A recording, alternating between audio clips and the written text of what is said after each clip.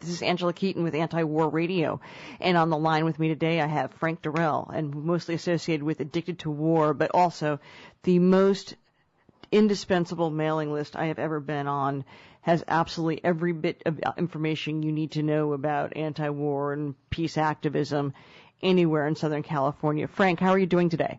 I'm still alive and not incarcerated, Angela. Well, that's it's funny. One of the things I love about anti-war radio is that I occasionally have to check in with guests beforehand to make sure they're not actually in the pokey that day. Can you tell us a little bit about some of your activities this week?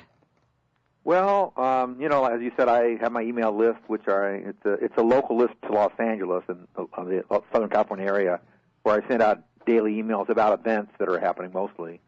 There's a lot of events happening, anti-war and peace and justice, human rights events.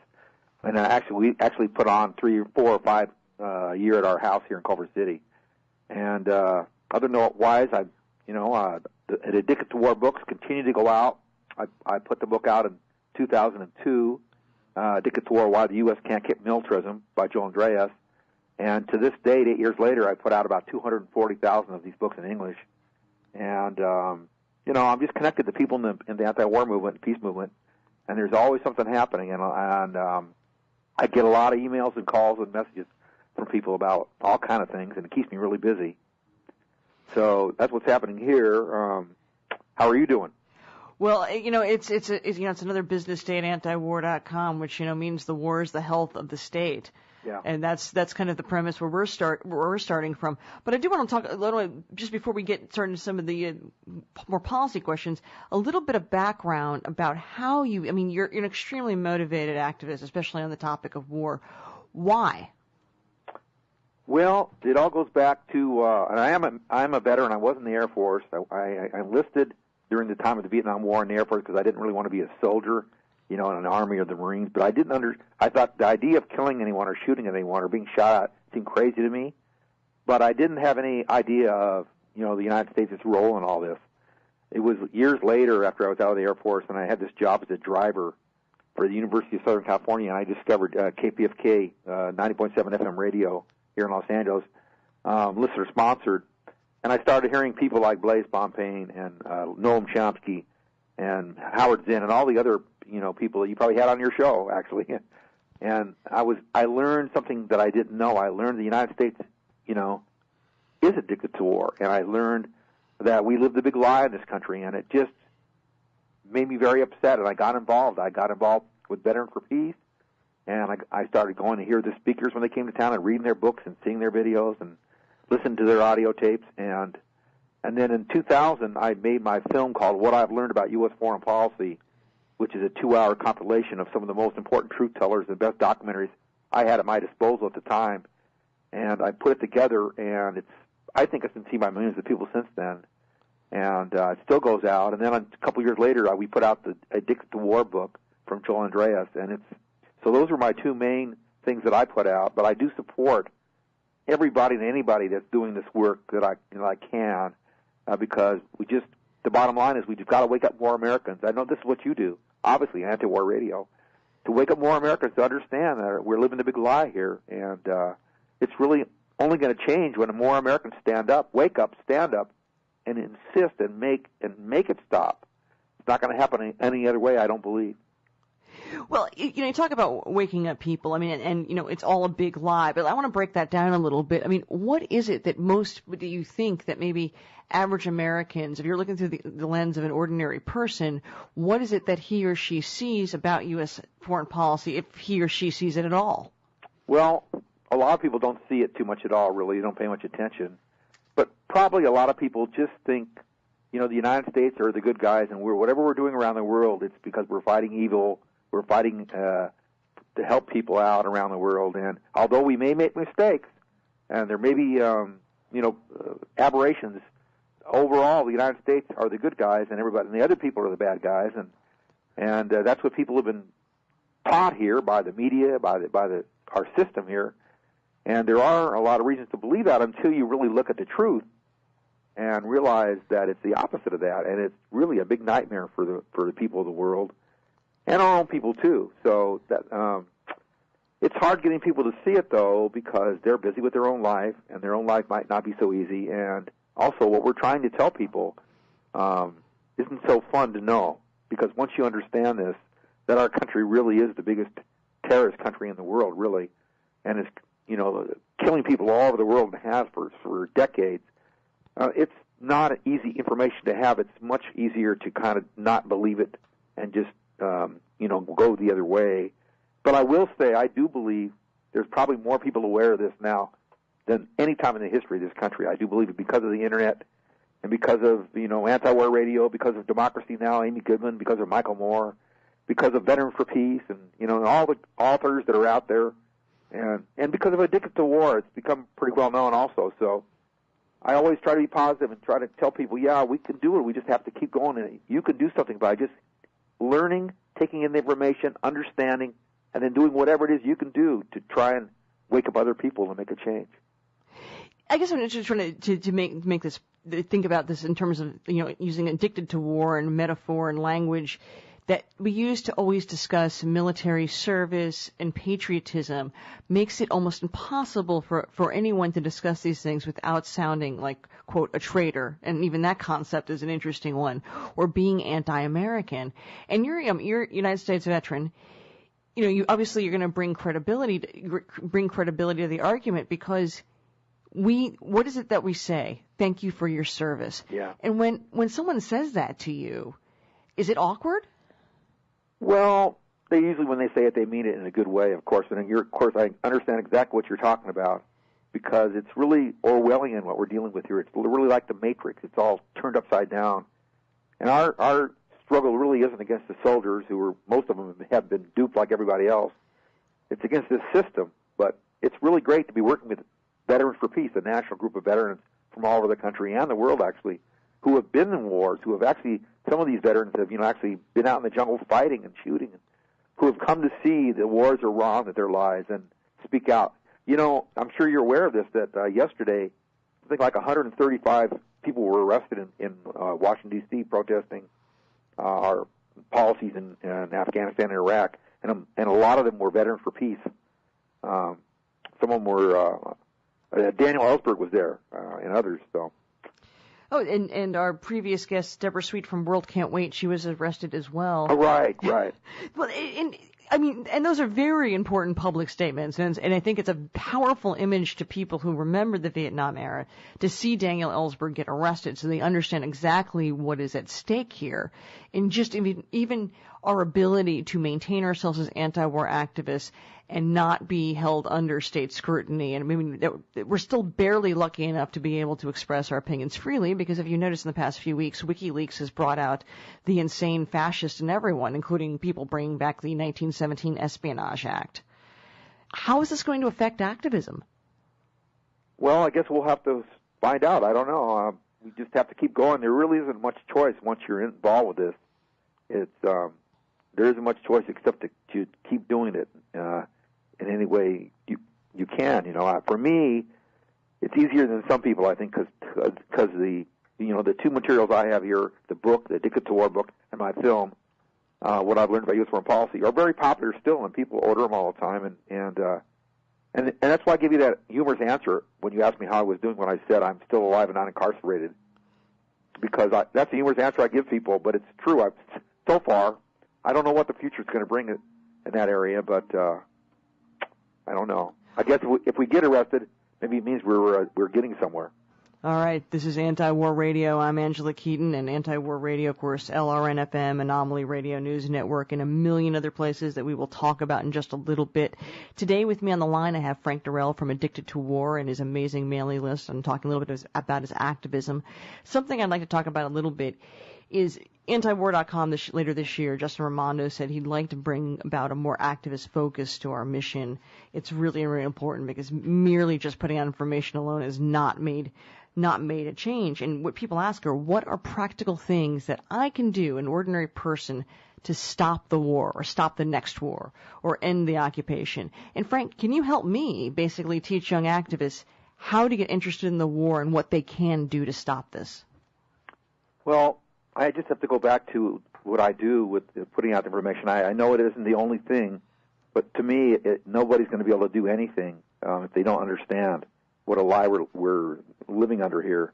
And so that information, that is in the book, in my film, and in many other great works out there, anti-war works, is important for people to get out to others so they can educate themselves and understand this lie we're living. I can't tell people what to do otherwise. You can always contact your Congress people and all that, but I don't know. We've tried that. I don't have the best answer for you. I put out the book and my video and support other people doing this work, and I try to support anybody and everybody who's interested, and always be positive that we can make a difference. But it does seem tough at times. I know. But I'd like to give out my website. It is the name of the book, addictedtowar.com. And then people can find out how to order the book from the website or my film, or to get on my email list if you're in the Los Angeles area, because it's really just a local list, really. Addictedtowar.com.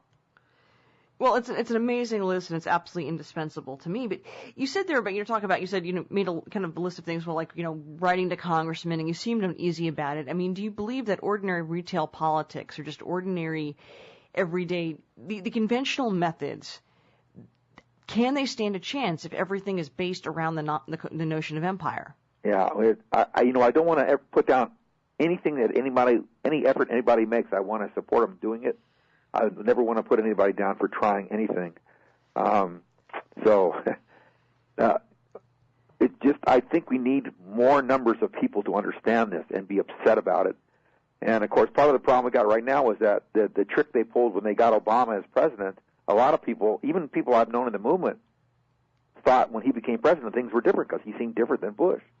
He seems smarter, he seems more real, more kinder, and all these things. But if you really look at what's happening and listen to him, he does speak out of both sides of his mouth. And I know we've increased the war military budget, and he's got more troops in Afghanistan, and so it's quite a big trick they pulled on us here in this country. But they're always tricking us, and a lot of people, of course, don't want to know this stuff.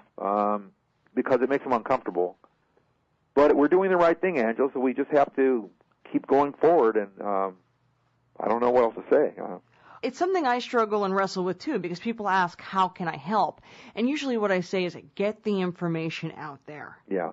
But, it's we're not just fighting against, it's not just civil, polite disagreement that's a situation. I mean, we're talking about young people who are kind of, if I'm going to use such a harsh word, indoctrinated, in the civic religion. And this is both in private and public school. You grow up learning the language of empire and war without ever knowing what that, there's no other way of communicating or describing the empire or having a discourse about about the United States, forget just our foreign policy, without that language.